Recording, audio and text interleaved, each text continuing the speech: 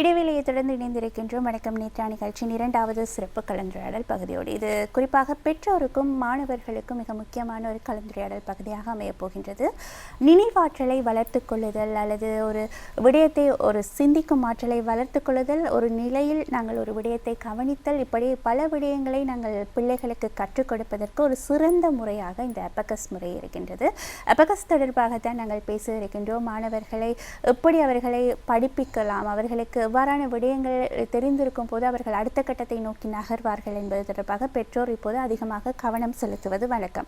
அந்த வகையில் பிள்ளைகளுக்கான ஒரு விடயமாகத்தான் இந்த கலந்துரையாடல் பகுதி இருக்கப் போகின்றது. அபகஸ் என்றால் என்ன, அபகஸினூடாக எவ்வாறான பயன்களை நீங்கள் பெற்றுக்கொள்ளலாம் என்பது தொடர்பாகத்தான் இன்றைய கலந்துரையாடல் பகுதியில் நாங்கள் தரவிருக்கின்றோம். இது தொடர்பாக முழுமையான அறிவுள்ள அதை பற்றி சிறப்பாக தெரிந்த ஒரு சிறப்பான நபரை நாங்கள் அழைத்து வந்து அது தொடர்பாக விபரத்தை தருவது தான் சிறப்பாக இருக்கும். அந்த வகையில் எங்களோடு இணைந்திருக்கின்றார் யூனிமாஸ் ஸ்ரீலங்காவின் டைரக்டர் ஆஃப் ஆப்ரேஷன், அதே போல சிரேஷ்ட பயிற்சிவிப்பாளராக செயற்படக்கூடிய சித்ரா இளமைநாதன் அவர்கள் எங்களோடு இணைந்திருக்கின்றார். தொடர்ச்சியாக பல வருட காலமாக இந்த துறையில் பயணிக்கக்கூடிய ஒருவர். நீங்கள் நிறைய பிள்ளைகளை பயிற்றுவித்திருக்கின்றீர்கள், அவர்களுக்கு நிறைய வெற்றி வாய்ப்புகளை பெற்றுக் கொடுத்திருக்கின்றீர்கள். ஒரு தொடர்ச்சியான மிக நீண்ட அனுபவம் உள்ள ஒருவர்.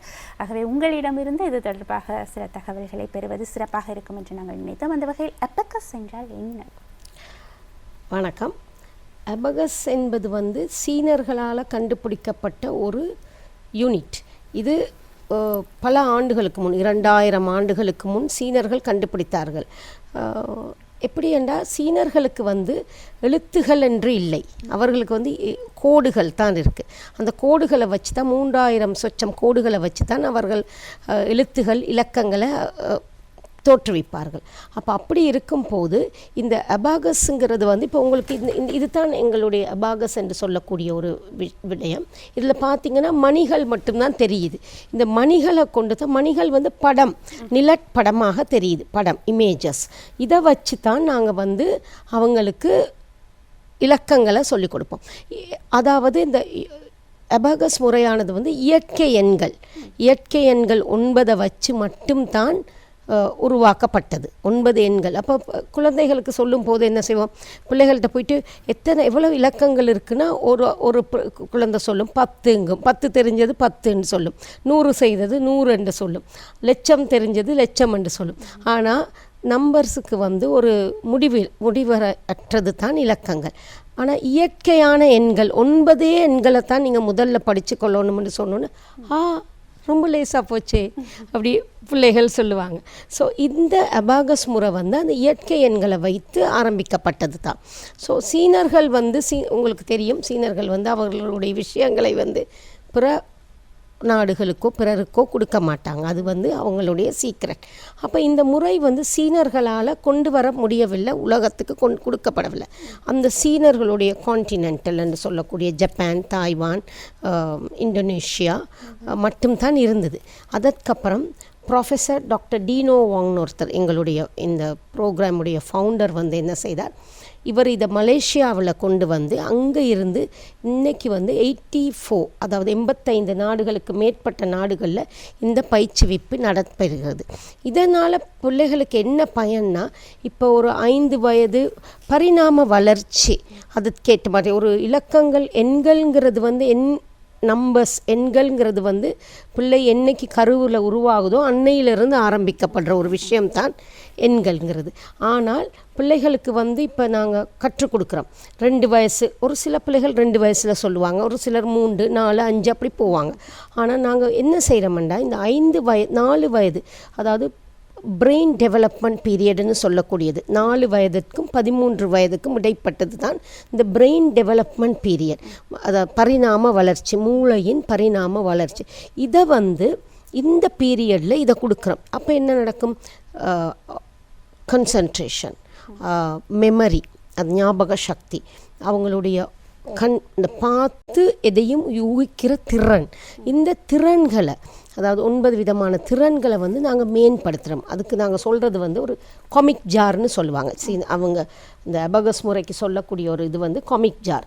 Concentration, observation, memory, imagination, creativity, judgement, application, reasoning and self confidence நமக்கு தன்னம்பிக்கை எல்லாமே ஒரு குழந்தைக்கோ ஒரு பெரிய இப்போ எங்களுக்குமே ஒரு தன்னம்பிக்கை இருந்தால்தான் எனக்கு செய்ய முடியும்னா தான் நான் இங்கே வந்து உட்காரலாம் இல்லையா. தன்னம்பிக்கை இதுகளை வளர்க்கக்கூடியது.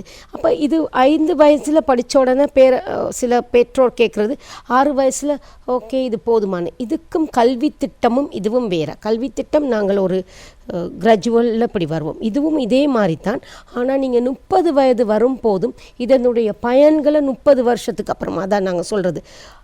5 வயது 4 வயதில் சேர்த்திங்கன்னா நீங்கள் 40 வயசில் இதனுடைய பயனை ஃபுல்லாக பார்ப்பீங்க.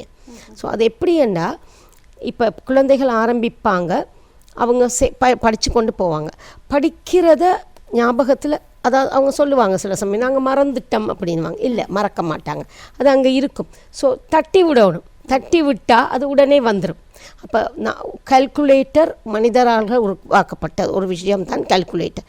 ஆனால் கல்குலேட்டரை விட வேகமாக பிள்ளைகள் செய்யக்கூடும், அவங்களால செய்ய முடியும். அதற்கு காரணம் வந்து என்னென்னா இப்போ நாங்கள் படிக்கும் போது இதனுடைய துல்லியமான வேகத்தை கூட்டக்கூடிய மாதிரி, அதாவது ஒரு இன்டர்நேஷ்னல் ரூல் எப்படி இருக்குமெண்டா 8 நிமிடத்தில் 200 கணக்குகளை குழந்தைகள் செய்வாங்க. அது 4 வயசு குழந்தையாக இருக்கட்டும், 12 வயசு குழந்தையாக இருக்கட்டும், 10 வயசு குழந்தையாக இருக்கட்டும், 200 கணக்குகள் உங்களால் முடியுமா, என்னால் முடியுமா, முடியாது கட்டாயமாக. ஸோ 200 கணக்குகளை செய்யக்கூடியதுன்னா அவங்களுடைய வேகம், துல்லியமான வேகத்தை கூட்டுறது. அப்போ அந்த வேகத்தை கூட்டும் போது இந்த இந்த இது தான் குழந்தைகள் பாவிக்கக்கூடியது வந்து இந்த அபகஸ் தான். உங்களுக்கு அது தெரியும். இதை வந்து நாங்கள் என்ன செய்வோம்னா இதில் படித்து கொடுப்போம், இதில் செய்வாங்க. அப்போ இந்த குழந்தைகள் இந்த விரல்களை வச்சு 6 ஃபிங்கர் டெக்னிக்ஸ் என்று சொல்கிறது. இந்த 6 விரல்களும் இந்த 6 விரல்களில் இருக்கிற அந்த நுனியில் போய் இந்த இந்த இந்த அபகஸ் ஆனது ஒரு கூர்மையானது. நீங்கள் தொட்டு பார்த்தீங்கன்னா உங்களுக்கு தெரியும், ஒரு கூர்மை இருக்குது. அந்த கூர்மை வந்து இந்த நுனிகளில் படும்போது மூளையில் வந்து ஒரு சும்மா சொல்லுவோமே ஒரு மசாஜ் மாதிரி ஒரு ஸ்டிமியூலேஷன், அந்த ஸ்டிமியூலேஷன் நடக்கும் போது தான் இந்த அபிவிருத்தி வரும். அப்போ நாங்கள் சும்மா பென்சிலில் தட்டியோ எங்களுக்கு வேணுங்கிற மாதிரி செய்ய முடியாது. இதுக்கு ஒரு முறை இருக்குது. இந்த 6 ஃபிங்கர்ஸை வச்சு தான் இந்த டெக்னிக். இப்போ 6 ஃபிங்கர்ஸ் என்று முதல் ஆரம்பிக்கும் போது ஒரு ஃபிங்கரில் ஆரம்பித்தாங்க 2000 ஆண்டுகளுக்கு முன். பிறகு அது அப்படியே டெவலப் பண்ணி இப்போ 6 ஃபிங்கர் இருக்குது, 10 ஃபிங்கர்ஸும் இருக்குது. அப்போ எங்களுடைய நரம்புகள் ஆரம்பித்து மூளையோட கனெக்ட் பண்ணுறது வந்து ஸ்பெஷலி கை தான். இந்த கை மூளை சொல்கிறது தான் கை செய்யுமா. ஸோ இந்த நரம்புகள் துல்லியப்படுத்தின உடனே அந்த மூளை பரிணாம வளர்ச்சி வந்து சிறு வயசுலேயே ஆரம்பிக்கும்.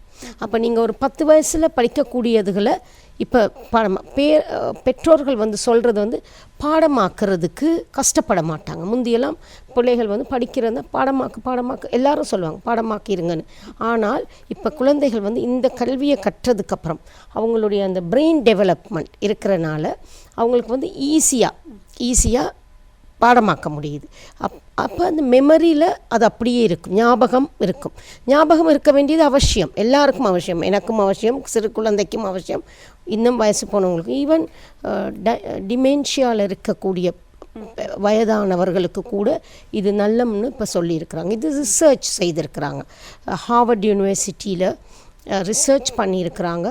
டாக்டர் பானர் டேவிட்னு ஒருத்தர் ரிசர்ச் பண்ணியிருக்காரு. இதனால் எப்படி மூளை பயன்படுது, மூளையின் பரிணாம வளர்ச்சி எவ்வளோ துல்லியமாக சிறு வயதிலேயே ஆரம்பிக்கப்படுதுன்னு அது செய்தபடியால் இந்த அபகஸ் முறை வந்து இப்போ உலகம் பூரா பிள்ளைகளுக்கு வந்து முந்தியெல்லாம் சொல்லுவாங்க எழுத படிக்க தேவையில்லை, கொஞ்சம் கணக்கு செய்ய தெரிஞ்சால் போதும்னு. இப்போ வேதங்கள் சொன்ன மாதிரி இந்த முறை வந்து ஈஸியாக அவங்களுக்கு இலகுவாக கற்றுக்கொள்ளக்கூடியதாக இருக்குது.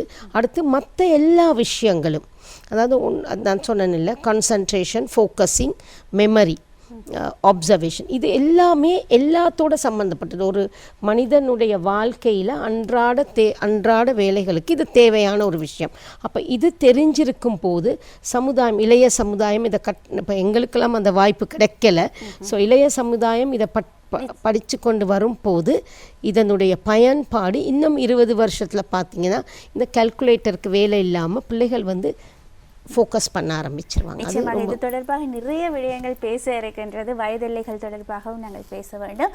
நிகழ்ச்சியில் அடுத்தது ஒரு பாடல் தயாராக இருக்கின்றது. பாடலை தொடர்ந்து ஒரு இடைவெளியை தொடர்ந்து மீண்டும் இணைந்திருக்கலாம். அபகஸ் தொடர்பாக நிறைய விடயங்களை உங்களுக்கு பகிர்ந்து கொள்வதற்காக.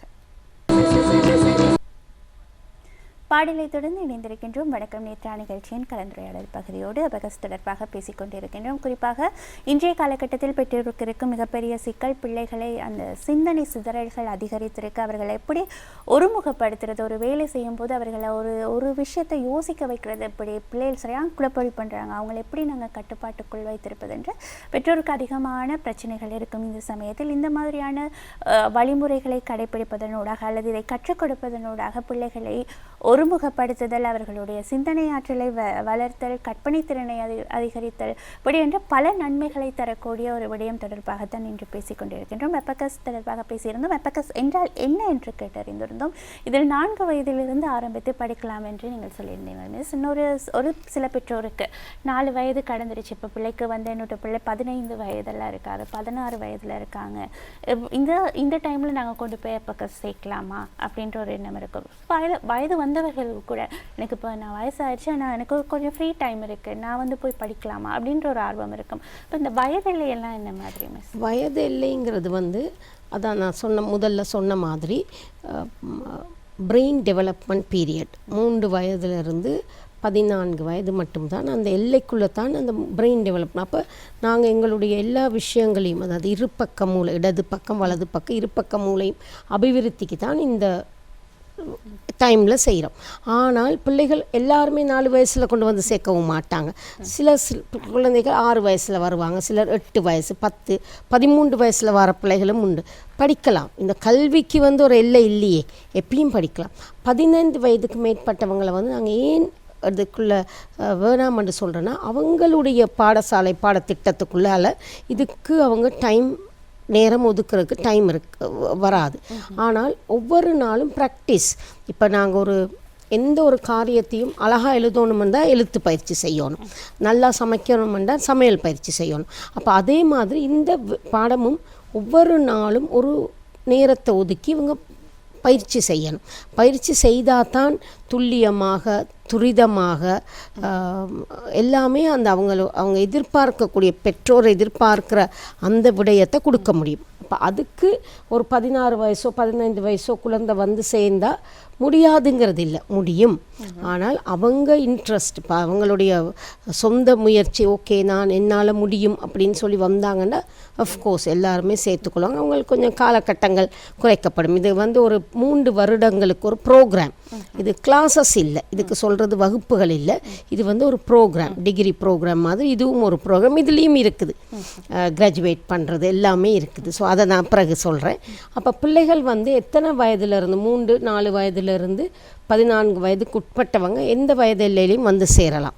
பெரியவர்கள், அதாவது 18 வயதுக்கு மேற்பட்டவர்கள், நாங்கள் இதை படிச்சுக்கொள்ளும் இந்த ஆர்ட் எங்களுக்கு வேணும்னா அவங்க வந்து ஒரு ஆசிரியராக கற்பிப்பவர்களாக சில நிறுவனங்களில் போய் சேர்ந்துக்கலாம். இப்போ எங்களுக்கு வந்து எடுத்திங்கன்னா இந்த நிறுவனங்கள் 80 நிறுவனங்கள் எங்கள் நாட்டில் இருக்குது. இப்போ அதில் ஏதாவது ஒன்றில் இப்போ மேபி வடக்குல இருந்தால் அங்கே இருக்கிற ஒரு சென்டரில் போய் சேரலாம். கொலம்போவாக இருந்தால் கொலம்பில் இருக்கிற சென்டர். அந்த மாதிரி அவங்களுடைய ஓன் இன்ட்ரெஸ்ட்டில் வரவங்களும் இருக்கிறாங்க. நிறைய பேர் கேட்பாங்க, இந்த பயிற்சி எங்களுக்கும் படித்து காசுன்னு. ஓகே, நீங்கள் வந்து இப்படி சேர்ந்து எடுக்கலாம். அப்போ அதுக்குண்டான பயிற்சிகள் எங்களுடைய தலைமை அலுவலகத்தில் நடைபெறும். அதுக்கப்புறம் அவங்க போய் ஒரு ஆசிரியராக கற்பிக்கலாம். இது பெரியவர்களுக்கு. சிறியவர்கள் வந்து 14 வயது 15 வயது மட்டும் இந்த ப்ரோக்ராம் உள்ளுக்கே வந்து சென்டர்களில் வந்து சேர்ந்து படிக்கலாம். படிக்கிறதுக்கு வந்து எல்லையே இல்லையே, நீங்கள் எப்பயும் படிக்கலாம். இப்போ நான் இன்றைக்கி இங்கே இருக்கிறேன்னா நான் ரொம்ப லேட்டாக தான் படித்தேன். ஸோ இது படிக்கிறனால என்ன ஒரு பெரிய ஒரு விஷயம்னா, அவங்களுடைய ஞாபக சக்தி, ரொம்ப படங்கள் அதெல்லாம் ரொம்ப நல்லா இருக்கும். அப்போ அவங்களுக்கு அது கற்பனை சக்தி, ரொம்ப க்ரியேட்டிவிட்டியாக இருப்பாங்க. ஒரு இமேஜினேஷனுங்கிறது வந்து ஒரு முக்கியமான ஒரு விஷயம் எல்லாத்துக்குமே. நான் ஒரு சிறு பிள்ளை எடுத்திங்கன்னா அது ஒரு படத்தை வரைஞ்சி செய்ய போதும், அதுக்கு ஒரு இமேஜினேஷன் பவர் இருக்கணும். அப்போ தான் சும்மா இல்லாட்டி கூட வரைஞ்சிட்டு கலர் பண்ணணும். அப்போ ஒவ்வொன்றும் இந்த சிறு வயசில் நாங்கள் அதை செய்தோம்னா அபிவிருத்தி பண்ணினோம்னா ஒரு 5 வயசில் செய்யும்போது 7 வயசில் பார்த்திங்கன்னா அந்த பிள்ளை எங்கேயோ இருக்கும் அந்த குழந்தையின் நிலைமை. அப்போ அப்படித்தான் செய்யணும். இப்போ சிலர் வந்து நிறைய மென்டல் கால்குலேஷன் சொல்கிறது வெரி இம்பார்ட்டன்ட் இந்த இதில். அப்போ அவங்களுக்கு வந்து ஒரு ஒரு 1 டிஜிட் ஒரு 10 ரோஸ் 10 ரோ கொடுத்தோம்னா எவ்வளோ துரிதமாக செய்வாங்க அப்படிங்கிறத பார்க்கலாம். இப்போ ஒரு 5 வயசு பிள்ளையால் உண்மைக்குமே இப்போ நீங்கள் நார்மலாக ஒரு குழந்தை எடுத்திங்கன்னா 5 வயசு பிள்ளை என்ன செய்யும், 5ம் 4 மண்டா என்ன செய்யும், 5 விரல் எடுக்கும், பிறகு 4 எடுக்கும், இதெல்லாம் இப்படியே கூட்டி இதெல்லாம் கூட்டி 9 சொல்லும். எங்களோட பிள்ளைகள் 5ம் 4ம் எவ்வளோ வேண்டா டக்குண்டு 9 சொல்லுவாங்க. காரணம் இந்த இந்த இந்த அபகஸில் இதில் பார்த்தீங்கன்னா இந்த நடுவில் ஒரு இது இருக்குது. இது தான் எங்களுடைய ஒன்றின் ஒன்றுக்கள், அப்புறம் இது வரும் ஒன்றுக்கள் 10, 100, 1000, 10,000 அப்படி போகும். இங்கால வந்தீங்கன்னா 0, -1, -2 போகும். அப்போ இதில் நீங்கள் எடுத்தீங்கன்னா இதை இப்படி இப்போ 1, 2, 3, 4 இருக்கும். இந்த 4 பீடை அவங்க என்ன செய்வாங்கன்னா மென்டலி போடுவாங்க. மென்டலி இந்த கை விரலை வச்சுட்டு 4, 5, 9 சொல்லுவாங்க. அப்போ அதை வந்து அவங்க கை விரல் ஆட்டாமல் கூட அந்த இதை விஷுவல் பண்ணிவிட்டு இந்த அபகஸ்ங்கிற இந்த குட்டி அவங்க படிக்கிறது இதில் தான். அப்போ இதை வந்து குட்டியாக விஷுவல் பண்ணிவிட்டு கூட அவங்க டக்குண்டு சொல்லுவாங்க. இப்போ உங்களுக்கு ஒரு 5 வயசு பிள்ளையால் ஒரு இலக்கம் 10 ரோ சொல்ல முடியும்னா எவ்வளோ ஒரு பெரிய வளர்ச்சி அது. அதை நாங்கள் ப்ரூஃப் பண்ணுறோம். இப்போ சர்வதேச மட்டங்களில் நிறைய போட்டிகள் நடக்கும். சர்வதேச மட்டத்தில் பார்த்திங்கன்னா நிறைய நாடுகள் 6000 7,000 ஸ்டூடெண்ட்ஸ் அட் அ டைம் ஒரே நேரத்தில் செய்வாங்க. அப்போ அதில் என்ன செய்வாங்கன்னா இப்படித்தான் 200 கணக்கும் செய்கிற பிள்ளை இருக்கும். அப்போ 200 கணக்கும் செய்து இப்போ கடந்த வருடம் அதாவது 2024 வந்து நியூ டெல்லியில் நடந்தது. அப்போ நாங்கள் ஸ்ரீலங்காவிலேருந்து ஒரு 110 பிள்ளைகள் போனாங்க. அதில் 16 பேர் சாம்பியன்ஸ் எடுத்தாங்க. அது அவ்வளோ பேரும் 200 கணக்கு செய்து தான் அந்த சாம்பியன் எடுத்திருக்குப்பாங்க. அப்போ அது பெரிய ஒரு விஷயம் எல்லா லெவல்லையும். அதில் ஒரு 4 வயசு பிள்ளை கூட எடுத்தது. அப்போ அந்த துரிடம் அந்த தன்னம்பிக்கை அது வந்துருச்சுன்னா அந்த சிறு வயசில் 10 வயசு வார நேரம் என்ன நடக்கும் பிள்ளைக்கு ஒன்றுமே தேவையில்லை, கேட்டுக்கிட்டு மட்டும் இருந்தால் போதும். பாடத்தை கேட்டுக்கிட்டு இருந்தால் அவங்களாம் தான் சொல்லுவாங்க, நாங்கள் பாடமாக்க மாட்டோம், எங்களுக்கு பாடமாக்க தேவையில்லை, 4 தரம் கேட்டால் அது பாடமாகிடும். அப்போ இந்த பயிற்சினால் 5 வயசில் பயிரும் போது இந்த பயிற்சியில் 5ஆம் ஆண்டு புலமை பரிசில் பரீட்சைக்கு ஒரு பெரிய பேஸ், இது ஒரு பெரிய ஃபவுண்டேஷன். ஏன்னா இப்போ கடந்த வருடம் நடந்த நேரம் கொழும்பு மாவட்டத்தில் ஹையஸ்ட் ரேங்க் எடுத்திருந்த பிள்ளை ஸ்ரீலங்கன் லெவலில் 37வது பொசிஷனில் ஒரு குழந்தை, ராமநாதன் இந்து லேடிஸில் படிக்கிற ஒரு குழந்தை இந்த அபாகஸை இந்த முறை கல்வியை அது 5 வயசில் படித்தது. 5 வயசில் படித்தாங்க. அவங்க பேரண்ட்ஸ் அவங்க படித்து கொடுத்தோம், நல்லா படித்தாங்க, எல்லாம் செய்தாங்க. அவங்க பேரண்ட்ஸ் சொல்கிறாங்க, இது தான் எங்களுக்கு கொடுத்த மூலாதாரம், இந்த அபகஸ் முறையினால தான் இன்றைக்கி அந்த 187 புள்ளிகள் எடுத்திருந்தாங்க. எந்த ஒரு வகுப்புக்கும் போகலை, கொஞ்சம் கடைசி வருஷம் மட்டும் வகுப்புக்கு போனாங்க. காரணம் என்னென்னா இன்றைக்கி படிக்கிறத அப்படியே ஞாபகம் வச்சுக்குவாங்க, அந்த ஞாபக சக்தியை அபிவிருத்தி பண்ணிடுவாங்க. அவங்களுக்கு தெரியாது நீங்கள் இது உங்களுக்கு மெமரி பவர் கூடுது அப்படியெல்லாம் நாங்கள் சொல்ல தேவையில்லை. அவங்களாவே அவங்களுடைய மூளையின் செயற்பாடு அவங்களுக்கே தெரியாமல் அது அப்படியே நடந்து ஆட்டோமேட்டிக்கலாக பிள்ளைங்களுடைய மெமரி நல்லா வந்துடும். ஸோ மெமரி நல்லா வந்தால், ஞாபக சக்தி நல்லா இருந்தாலே மிச்ச விவரங்கள் நல்லா நடக்கும். ஸோ இது தான் இந்த அபாகஸ் முறையினால் கல்வினால் குழந்தைகளுக்கு நடக்கிற ஒரு பெரிய நன்மை. அடுத்து இப்போ ரீசண்டாக கண்டுபிடிச்சிருக்காங்க டிமென்ஷியா, அதாவது வயதானவர்களுக்கு ஒரு 60 வயசுக்கு மேற்பட்டவங்களுக்கு நிறைய ஞாபக சக்தி, பழசு மறந்துடும், இப்போ சொல்கிறத திருப்பி மறந்துடுவாங்க. அவங்களுக்கும் அதுக்கு காரணம் இந்த நுனி இதுகளில் இந்த நரம்பின் முடிப்புகள் போய் டச் பண்ணி அது மூளையை அபிவிருத்தி பண்ணுது. அந்த இதுக்காக இந்த டிமென்ஷியா பீப்புளுக்கு இந்த அபாகஸ் முறையினால் பீட்ஸ் மூவ் பண்ணுறனால அவங்களுடைய ஞாபக சக்தி கொஞ்சம் அந்த துரிதப்படுத்தப்படுது, கொஞ்சம் கொண்டு திருப்பி மீண்டப்படுதுன்னு சொல்லி கண்டுபிடிச்சி இப்போ அந்த ரிசர்ச் நடந்துக்கிட்டு இருக்குது. ஸோ அந்த ரிசர்ச் சரி வந்துட்டால் நாங்களும் எங்களுடைய பெரியவர்கள், அதாவது என்ன சொல்கிறது, ஹோமில் இருக்கிறவங்களுக்கு இது ஒரு நல்ல ஒரு விடயமாக கற்பனை சக்தியை வளர்த்துக்கிறதுக்கு, அவங்களுடைய ஞாபக சக்தியை வளர்த்துக்கிறதுக்கு எல்லாத்துக்கும் இந்த பாடத்திட்டத்தை கொண்டே கொடுக்கலாம். அவங்களுக்கு ஒரு நல்ல ஒரு விடயமாக அமையும். ஹோமில் இருக்கிறவங்க கவலைப்படாமல் இருக்கிறதுக்கு இது ஒரு நல்ல விடயமாக அமையும்னு நான் எதிர்பார்க்கிறேன். நிச்சயமாக அழகான ஒரு நல்ல ஒரு விடயமாக அது இருக்க போகுது. குறிப்பாக மூளையின் செயற்திறனை நாங்கள் அதிகரிப்போமாக இருந்தாலே அது ஒரு மிகப்பெரிய ஒரு வரமாக இருக்கும். உன்னித்து கவனித்தல், அதே போல் அதை நினைவு ஆற்றலில் வைத்துக்கொள்வது என்பது மாணவர்களுக்கு சிரமப்படக்கூடிய ஒரு விஷயம். அது வந்துட்டாலே நீங்கள் சொன்னது போல் இலகுவாக அவர்கள் அடுத்தடுத்த விடயங்களை கடந்து சென்று விடுவார்கள். இந்த சட்டத்தை பயன்படுத்தி அடிப்படையாக செய்யக்கூடிய ஒரு செயல்முறையை எங்களுக்கு செய்து காட்ட முடியும். அடிப்படையாக முதல்ல கணிதம் இலக்கங்களை வச்சுதான். ஆனால் எங்களுடைய மூளையில் இருக்கக்கூடிய இடது வலது 2 பக்கம் இருக்கிற மூளையில் இருக்கிற முழுமையான அபிவிருத்தி நடக்கும். ஆனால் இது இலக்கங்களை கொண்டு மட்டும்தான். ஏன்னா இலக்கம் ஆல்வேஸ் சேஸ் நம்பர் ஒரு யூனிவர்சல் லாங்குவேஜ், எல்லா இடத்துலையும் 1 1 தான். அப்போ அந்த மாதிரி இருக்கிறபடியால் இந்த துரிதமான முறையில் அவங்க கற்றுக்கொள்ளும் போது நாங்கள் என்ன செய்கிறோம்னா, முதல்ல இயற்கை இலக்கங்களை வச்சு பீட்ஸ், இந்த ஒவ்வொரு விரலுக்கும் ஒவ்வொரு விதமான இது இருக்குது. இப்போ இதை எடுத்தீங்கன்னா நான் கொஞ்சம் ஓகே ஃபைன், இதுதான் அந்த குழந்தைகள் பாவிக்கக்கூடியது. இதுதான் இந்த அபகஸ்தான் சிறுவர்களுக்கு கொடுக்கறது. அவங்க கை விரல்களுக்கு ஏற்ற மாதிரி இடைவெளியெல்லாம் இருக்கும். இந்த ஒவ்வொரு இடைவெளியும் கூட அந்த ரிசர்ச் பேஸில் ஸ்கேல் பண்ணித்தான் இந்த இடைவெளிகள் எல்லாம் செய்திருப்பாங்க. இதில் இருக்கிற இந்த இடைவெளியெல்லாம் கூட ரிசர்ச் பேஸில் நடந்த ஒரு விடயம். அப்போ நாங்கள் இங்கே என்ன செய்வோம்னா, பெருக்கல் அடிப்படையானது கூட்டல், கழித்தல், பெருக்கல், பிரித்தல். இந்த 4 முக்கியமான அடிப்படை நல்லா செய்துட்டாவே கணிதம்ங்கிற பாடம் நல்லா நடக்கும். ஒரு சராசரியாக எப்பயுமே சொல்லக்கூடிய ஒரு விடயம் தான், கணிதம் நல்லா செய்யக்கூடிய பிள்ளை எல்லா பாடமுமே படிப்பு பக்கம் பார்த்திங்கன்னா எல்லா பாடமுமே நல்லா செய்வாங்க. இது இன்னைக்கு இல்லை, காலமாக எல்லாரும் சொல்லி கொண்டு வர ஒரு விடயம். அப்போ இந்த கணிதத்தை துரிதப்படுத்துறதுக்கு தான், வேகமாகவும் துல்லியமான விடைகளை தர்றதுக்கு தான் இந்த பயிற்சி. இப்போ நான் இதில் ஒரு சின்ன விடயத்தை நான் உங்களுக்கு காட்டுறேன்.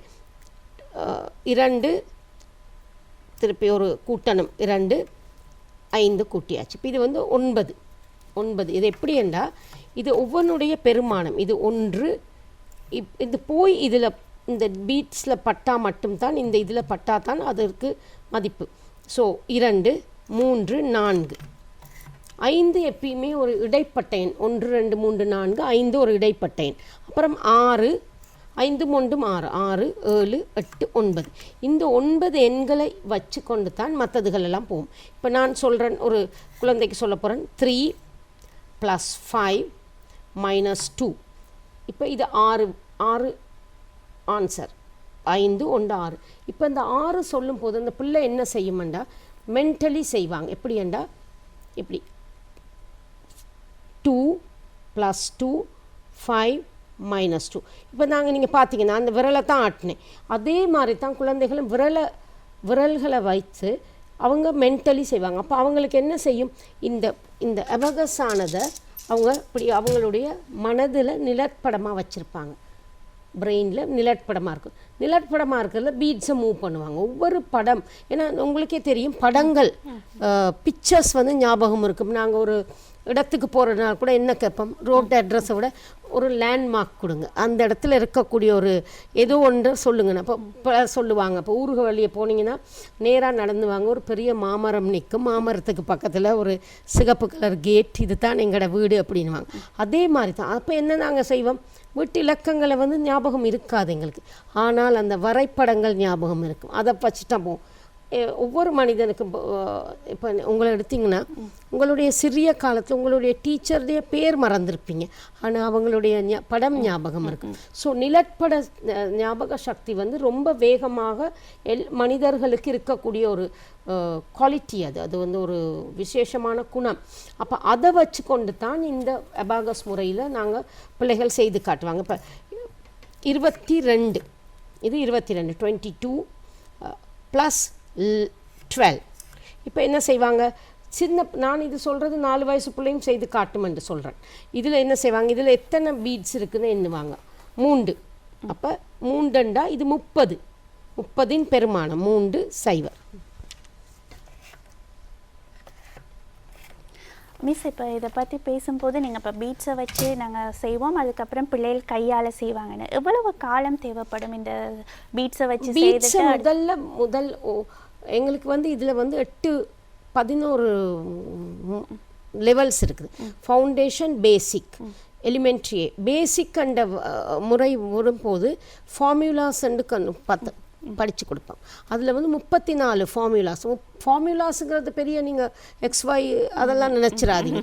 இது ஒரு பீடை நாங்கள் மூவ் பண்ண முடியாத பட்சத்தில், நாளோட ஒன்றை, ஏன்னா இது 4 தான் இருக்குது, நாளோட ஒன்றை கூட்ட முடியாத பட்சத்தில் நாங்கள் என்ன செய்ய போகிறோம், இது தான் எங்களுடைய ஃபார்முலா. Very simple. ஒரு 3 வயசு பிள்ளைக்கு விளங்கக்கூடிய மாதிரி தான் இந்த பாடத்திட்டம் அமைஞ்சிருக்கும். ஸோ அப்போ அதை சொல்லி கொடுத்தோன்னா அவங்க என்ன செய்வாங்கண்டா, அந்த ஃபார்முலாவை யூஸ் பண்ணுவாங்க. அப்போ பேசிக்கில் நாங்கள் படித்து கொடுத்து முடித்த உடனே ஒரு சிறு பிள்ளையால் ஒரு இலக்கம் 5 வரிகள், ஒரு இலக்கம் 10 வரிகள் மட்டும் செய்யக்கூடிய திறன் வந்துடும். அதுக்கடுத்து அடுத்த படிமுறை எலிமெண்ட்ரி ஏன்னு சொல்கிறோம். அங்கால ஒரு 8 ஃபார்முலா. அப்போ 34 ஃபார்முலாவும் படித்த உடனே அது 2 இலக்கங்கள் 3 இலக்கங்களை மென்டலி செய்வாங்க. இப்போ நாங்கள் குழந்தைகள் செய்கிறதுகளை எனக்கு கொண்டு வந்து காட்ட முடியலை. ஆனால் அந்த குழந்தைகளால் அவங்களால நீங்கள் எவ்வளோ பெரிய கணக்கை கொடுத்தாலும், அதாவது 2 இலக்கங்கள் 10 ரோ 20 ரோ கொடுத்தாலும் செய்யக்கூடிய திறனை வளர்த்துருவாங்க. எப்படின்னா அவ்வளவும் பீட்ஸை மூவ் பண்ணி கொண்டு இப்போ 15ஓட நீங்கள் இன்னொரு 25 சொன்னீங்கன்னா அவங்க 15ஓட தான் 25 படத்தை போடுவாங்க. 15 25 அப்போ 40ங்கிறத அப்படித்தான் சொல்லுவாங்க. அப்போ ஒவ்வொரு தரமும் இந்த பீட்ஸ் எப்படி இருக்குதோ அந்த பீடின் முறையை தான் அவங்க வாசிப்பாங்க. ஸோ இதைத்தான் ரீட் பண்ணுவாங்க. கடைசியில் அவங்களுக்கு என்ன இருக்கு, 522 522. இப்போ அதுக்கு உதாரணமாக இப்போ நான் ஒரு சின்ன ஒரு கார்டு ஒன்று கொண்டாந்துருக்கிறேன். இதுக்கு நாங்கள் சொல்கிறது வந்து, இந்த கார்டுக்கு சொல்கிறது வந்து ஃப்ளாஷ் கார்டுண்டு. ஃப்ளாஷ் கார்டு எப்படின்னா, இதில் இலக்கம் இந்த பக்கம் இலக்கம் இருக்குது 719, இந்த பக்கம் அதனுடைய பீட்ஸ் இருக்குது.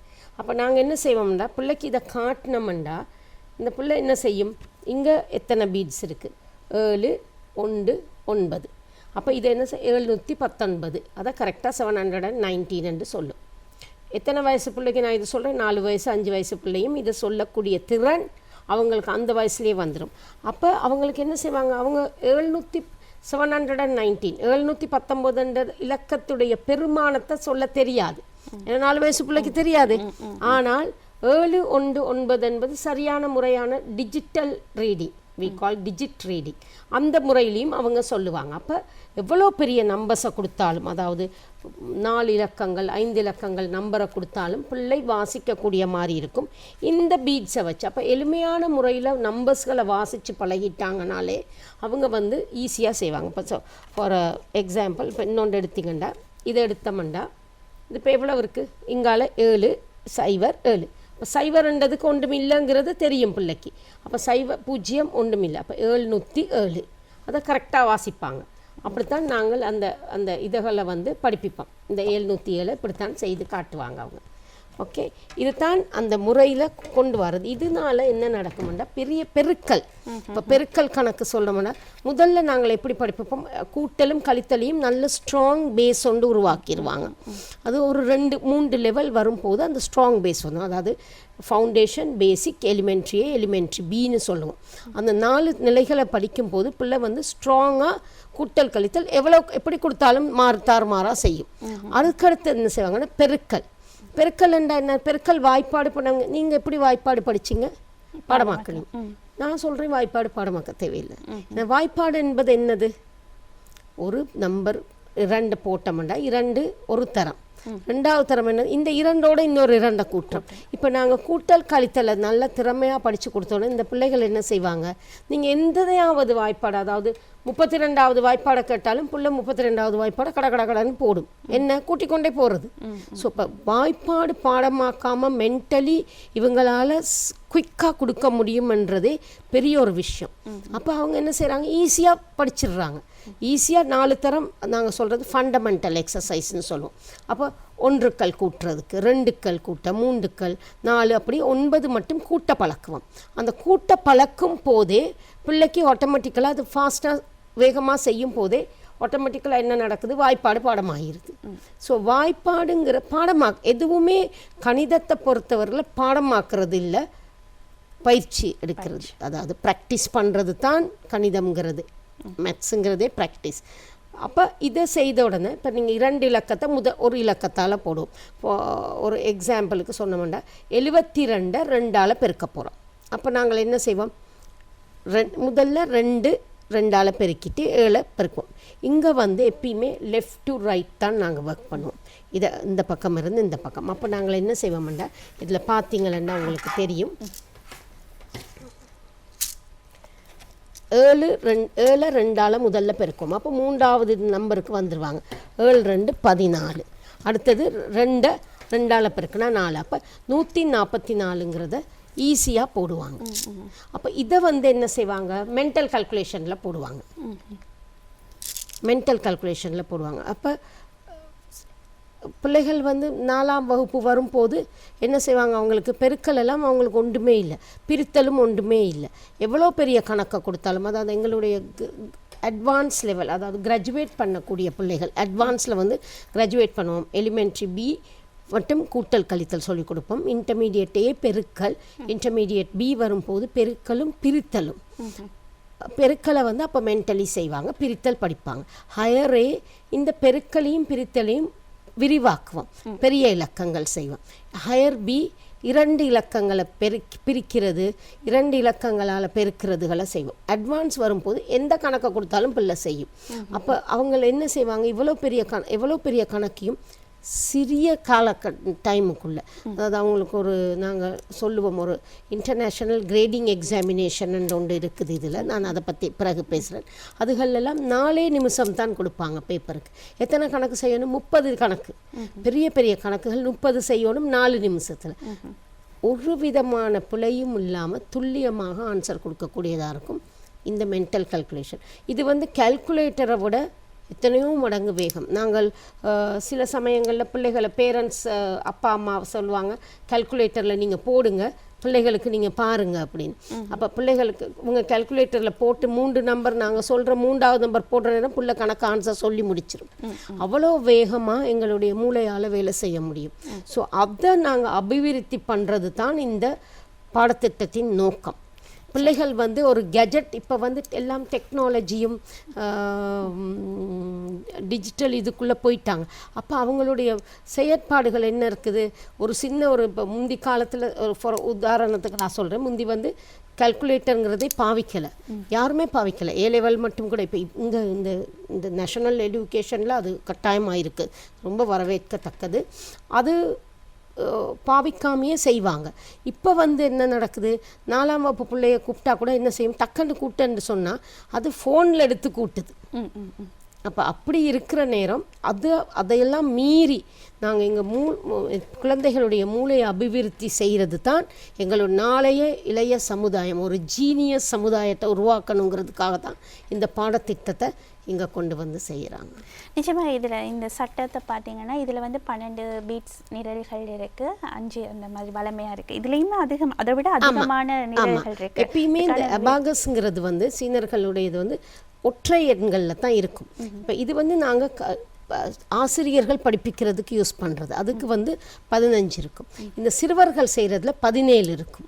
17 அப்படித்தான் வரும். 15 13 15 17 19 21 இப்படித்தான் இருக்கும். எங்களுடைய இந்த யூசிமாஸ்ங்கிற நான் இந்த சொல்கிறேன் இந்த ப்ரோக்ராமில் நாங்கள் இது ஆசிரியர்களுக்கு 15 பிள்ளைகளுக்கு 17 இருக்கும். இதில் நீங்கள் பார்த்தீங்கன்னா 1 2 இல்லை, இதில் ஒரு சிகப்பு மணி இருக்குது. இந்த சிகப்பு மணி நடுவில் இருக்கிற மணி தான் ஒன்றின் பெருமானம். அப்புறம் அங்கால வரும். அப்போ பிள்ளைகள் பெரிய கணக்கு. இப்போ நாங்கள் இதில் எடுத்தோம்னா 1 2 3 4 5 6 7 8 9 தான் இருக்குது. இப்போ விடை 11 வரப்போகுதுன்னா நாங்கள் என்ன செய்கிறது, இங்கால இல்லையே. அப்போ இந்த இலக்கங்கள் எதுவாக இருந்தாலும் இது இந்த மைனஸ் ரெட் கலர் பீட் வந்து எதுவாக இருந்தாலும் ஒன்றின் பெருமானமாக எடுத்துக்கொண்டு இப்படியே செய்துட்டு போவாங்க. ரைட் டு லெஃப்ட் செய்வாங்க, லெஃப்ட் டு ரைட் தான் அவங்க ஆன்சர்ஸ் போடுவாங்க. நம்பர்ஸ் போடுற நேரம் நாங்கள் எப்பயுமே இந்த சைடு இருந்து போட்டுட்டு போக மாட்டோம், இங்கால இருந்து தான் வரும். லெஃப்ட் டு ரைட் தான் பெருக்கல் பிரித்தல் எதுவாக இருந்தாலும் அந்த மாதிரி தான் வருவாங்க.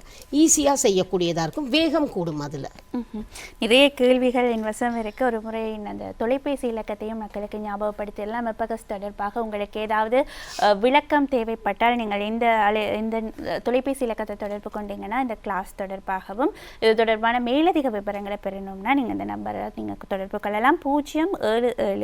077-87698. மீண்டும் ஒரு முறை 077-2087698. 077-2087698 என்ற தொலைபேசி இலக்கத்தினூடாக இணைந்து அபகஸ் தொடர்பாக இதில் உங்கள் பிள்ளைகளை சேர்த்துக்கொள்வதாக இருந்தால் எவ்வாறான விடயங்களை நீங்கள் பின்பற்ற வேண்டும், இதனூடாக எவ்வாறான பயன்களை நீங்கள் பெற முடியும் என்ற மேலதிக விவரங்களை நீங்கள் இந்த இலக்கத்தினூடாக பெற்றுக்கொள்ளலாம்.